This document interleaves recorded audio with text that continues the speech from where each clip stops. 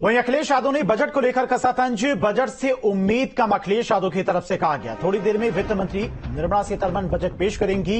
वहीं एसपी अध्यक्ष अखिलेश यादव ने कहा कि इस बजट से उम्मीदें कम है, देश में महंगाई चरम पर है। तमाम राजनीतिक प्रतिक्रियाएं भी सामने आने शुरू हो गई हैं। अखिलेश यादव ने कहा कि इस बजट से उम्मीदें कम है।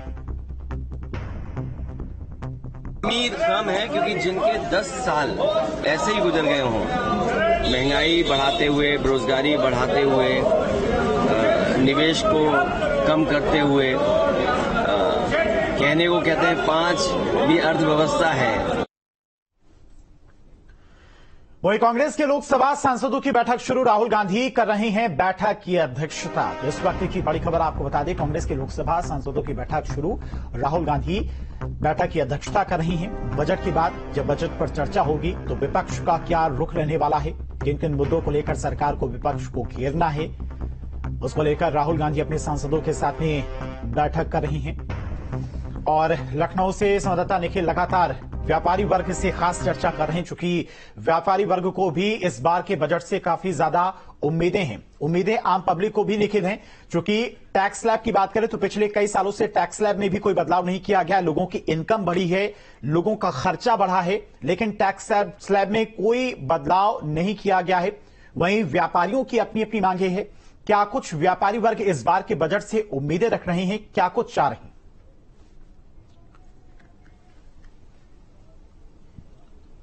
देखिए, बजट की अगर हम जहां तक बात करें, अभी तक हम लोग इंडस्ट्रीज पर बात कर रहे थे, कैसे इंडस्ट्रीज को बढ़ावा दिया जाए। तो आपने कहा कि स्मॉल जो स्केल इंडस्ट्री है, जो माइक्रो इंडस्ट्रीज हैं, उनको धीरे धीरे आगे बढ़ाया जाए, इस तरह का पैकेज दिया जाए, व्यापार सुगम हो जाएगा। बिल्कुल होगा। मेरे ख्याल से एमएसएमई को अगर बढ़ावा मिले तो वो 3 चीजें एक साथ होती हैं। एक, वो इकोनॉमी के ऊपर इफेक्ट डालता है, बहुत बड़ा इफेक्ट डालता है। साथ में एम्प्लॉयमेंट जनरेट करता है, क्योंकि कोई भी एंटरप्राइज बड़ी होगी तो इसको एम्प्लॉयज की जरूरत होगी, एम्प्लॉयमेंट बढ़ेगा। और इसका क्यूमुलेटिव इफेक्ट क्या पड़ेगा कि साथ में कंजम्पशन बढ़ेगा। और इंडिया क्योंकि कंजम्पशन बेस्ड इकोनॉमी है, तो 2 चीजों के ऊपर काम फिर करना जरूरी है। एक, एमएसएमई को बढ़ावा देना ताकि उससे कंजम्पशन बढ़े। साथ में जो कॉमन आदमी है उसके हाथ में ज्यादा पैसा रखना, तो वो इनकम टैक्स स्लैब्स में चेंज करके आ सकता है। अगर लोगों के पास पैसा होगा, एडिशनल मनी होगा, वो स्पेंडिंग करेंगे, स्पेंडिंग बढ़ेगी तो हमारी इकोनॉमी बढ़ेगी। ठीक है। और कौन से बदलाव आपको लगते हैं कि अभी जरूरत है और जिसको लेकर आज कम से कम जो बजट पेश हो रहा है उसमें व्यापारियों को लिए दिखाई पड़ सकता है? देखिए, अभी जो बात की वो जिससे कि तुरंत उसके बेनिफिट्स हमको दिखेंगे। एक लॉन्ग टर्म बेनिफिट की अगर हम बात करें तो मुझे लगता है एजुकेशन सेक्टर में इन्वेस्टमेंट गवर्नमेंट का करना ज्यादा बढ़ाना बहुत जरूरी है। अदरवाइज उसके आगे आने वाले सालों में उसके उसके परिणाम हमको फेस करने पड़ेंगे। हमारे पास ऐसे एजुकेटेड, क्वालिटी एजुकेटेड लोग नहीं होंगे। यूथ को अगर हम देखें तो उनके ऊपर भी स्पेंडिंग करनी गवर्नमेंट की बहुत जरूरी है, कि स्किल डेवलपमेंट के ऊपर। अभी हम देखें तो हमारे पास दुनिया के सबसे ज्यादा यूथ है, लेकिन यूथ होने के बावजूद भी इंडस्ट्री रेडी यूथ नहीं अवेलेबल है। तो इसके लिए स्किल डेवलपमेंट, स्किल जो है वो एम्प्लॉइज नहीं पर बिल्कुल उसके ऊपर काम करना बहुत, और सीरियस काम करना बहुत जरूरी है। सीरियस से मैं ये बोलता हूं कि सिर्फ स्पेंडिंग नहीं करनी है, उनका जो करिकुलम ऐसा बनाना है, डिजाइन ऐसे करना चाहिए जो कि आज की स्थिति के से वो मेल खाता हो। क्योंकि हमारे यहाँ ऐसा स्किल डेवलपमेंट प्रोग्राम्स हम लोगों ने जो पास्ट में देखे हैं, वो ऐसे देखे हैं कि उसमें स्किल डेवलपमेंट इंस्टीट्यूट से पास आउट करने के बाद भी वो इंडस्ट्री रेडी नहीं है। हमको यूथ ऐसा तैयार करना जो इंडस्ट्री रेडी हो, प्रैक्टिकल हो, बस थ्योरी पर ही नहीं काम ना करे। बिल्कुल ठीक है। तो ऐसे युवा अगर मिले देश को जो प्रैक्टिकली बहुत मजबूत हो, जो इंडस्ट्री को सपोर्ट कर सके, तकनीकी रूप से मजबूत हो, तो इस तरह की शिक्षा को लेकर काम करना चाहिए।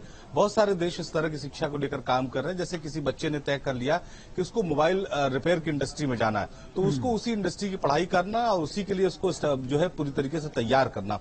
किसी को कंप्यूटर क्षेत्र में काम करना है तो उसको उसी हिसाब से तैयार करना। किसी को सिविल इंजीनियरिंग में जाना है तो उसको उसी स्किल में तैयार करना, स्पेशली उसके लिए तैयार करना।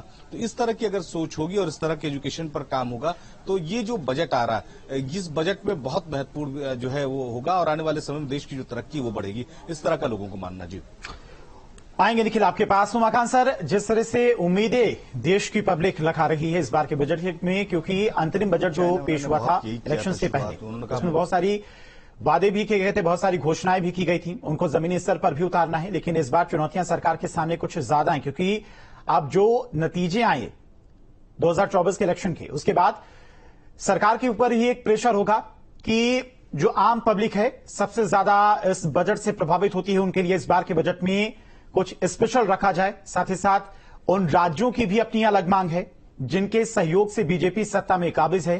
तो ऐसे में प्रेशर एक कहीं ना कहीं बजट में भी देखने को क्या मिल सकता है?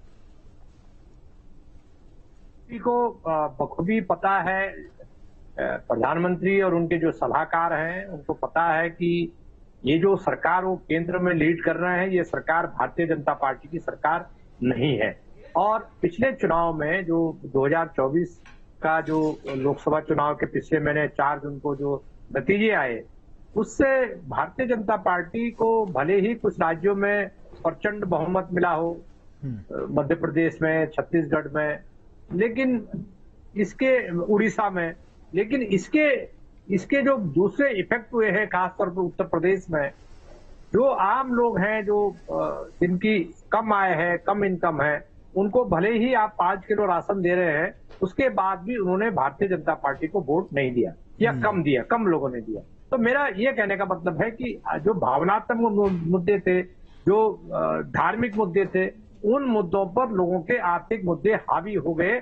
और सबसे बड़ी जो अभी एक आप यहाँ बाइट दे रहे थे सज्जन, उनका जो कहना था कि साहब शिक्षा की सबसे ज्यादा बदहाली है और शिक्षा की जो क्वालिटी है, जो गुणवत्ता है, गांवों में तो बहुत हालत खराब है, शहरों में भी गुणवत्ता बहुत खराब है। और सरकार ने जो आर्थिक सर्वे है उसमें खुद ही ये बताया है कि हमारे 48% से ज्यादा जो यूथ है वो उनके पास डिग्री तो है, उनके पास क्वालिफिकेशंस हैं, लेकिन उनके में काबिलियत नहीं है। इसका सीधा जो सवालिया निशान लगता है वो हमारी हमारी जो शिक्षा व्यवस्था है, शिक्षा व्यवस्था पर हमारा सवाल उठता है। क्योंकि हम लोगों ने जो जॉब ओरिएंटेड जो एजुकेशन है उसका नारा तो दिया गया 10 साल पहले या 20 साल पहले, कांग्रेस के जमाने में भी नारे दिए जाते थे कि लोगों को स्किल किया जाता है, लेकिन इतने बड़ी तादाद में लोगों को स्किल करने की जरूरत है, लोगों को कौशल निर्माण की जरूरत है, तो वो इस तरह से नारेबाजी से काम नहीं चलेगा, धरातल पर काम करना पड़ेगा। आपने शिक्षा का जो बजट है, देखिए आपने किताब कापियों पर, मैं प्राइमरी एजुकेशन की बात कर रहा हूँ, जो कक्षा 5 और कक्षा 8 और 10, 12, यहाँ पर आपने जो बुक्स पर जीएसटी लगा दी, कापियों पर जीएसटी लगा दी, पेंसिल पेन पर जीएसटी लगा दी। तो उससे क्या हो गया कि जो गरीब लोग हैं, जो मजदूर वर्ग हैं और जो कम इनकम के जो लोग हैं, उनका जो बजट है, उनकी इनकम तो आप खुद ही कह रहे थे अभी की इनकम बढ़ी है। आप अपने पाठकों में जो दर्शक है आपके, उन दर्शकों में सर्वे कराइए, आपने रिपोर्टर्स को कहेंगे किसकी इनकम बढ़ी है और कितनी बढ़ी है, और उनका जो सालाना बजट है वो कितना कास्टिगेटेड इफेक्ट कितना हुआ है परिवार पर। 5 साल में 10 साल पहले जो उनकी इनकम थी तो उनकी बचत भी होती थी। आज की हालत ये है कि 95% घरों में कोई बचत नहीं हो रही है। जब सेविंग्स उनकी नहीं हो रही है तो उनके जो भविष्य में वो घर बनाएंगे या बच्चों के हायर एजुकेशन पर वो इन्वेस्ट करेंगे तो कहां से करेंगे, उनके पास आज खाने को नहीं है। तो इस तरह की जो बदहाल स्थितियां हैं, और भारतीय जनता पार्टी जो उत्तर प्रदेश में जो उसकी सीटें कम हुई हैं, सबसे ज्यादा जो ये जो वर्ग है जो आर्थिक रूप से जिसकी कमर टूटी हुई है, छोटे व्यापारी हैं, बेरोजगार लड़के हैं, अब अभी आपके दाम बढ़ा दिए, एयरटेल, वोडाफोन और तमाम तरह की एजेंसियां ने अपने दाम बढ़ा दिए, जो टेलीकॉम कंपनियां हैं। सरकार ने तो नहीं बोला कि दाम बढ़ाइए, क्या क्यों बढ़ाइए, कोई सवाल नहीं पूछ रहा है। तो क्या दाम 33%, 25% आपने दाम बढ़ा दिए तो इसका इफेक्ट किस पे हुआ? गरीब आदमी पर, कॉमन मैन पर। फोन तो हर आदमी को जरूरत है। तो ये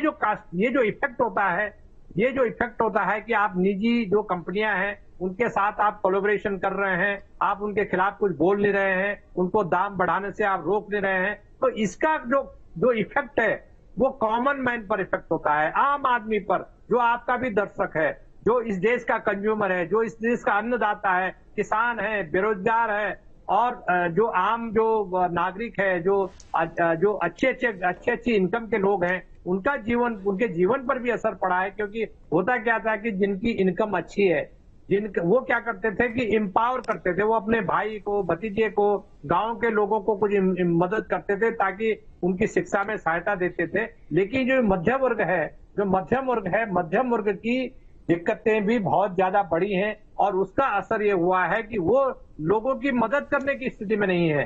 उनका जो व्यापार है, कारोबार है, उसमें घाटा हुआ है, लोगों की नौकरियां गई हैं, पेट्रोल डीजल के जो दाम बढ़े हैं, मध्यम वर्ग को भी उसी तरह का इफेक्ट हुआ है, क्योंकि वो पेट्रोल इतना महंगा हो गया कि वो गाड़ी खड़ी करके रखी हुई घर पे और वो चलाने की स्थिति में नहीं है, क्योंकि उनका जो बजट अलाउ नहीं कर रहा है। तो ये तमाम तरह की चीजें हैं। मैं आपको बता दूं, किसान को आपने वादा किया था कि उनको एमएसपी देंगे, उनको वो आंदोलन के लिए मजबूर हुए और अब जो है, अब किसानों की भी इस बजट से उम्मीद है ठीक है कि आप एमएसपी ठीक है, उमाकांत जी आएंगे आपके पास। निखिल भी हमारे साथ लखनऊ से जुड़े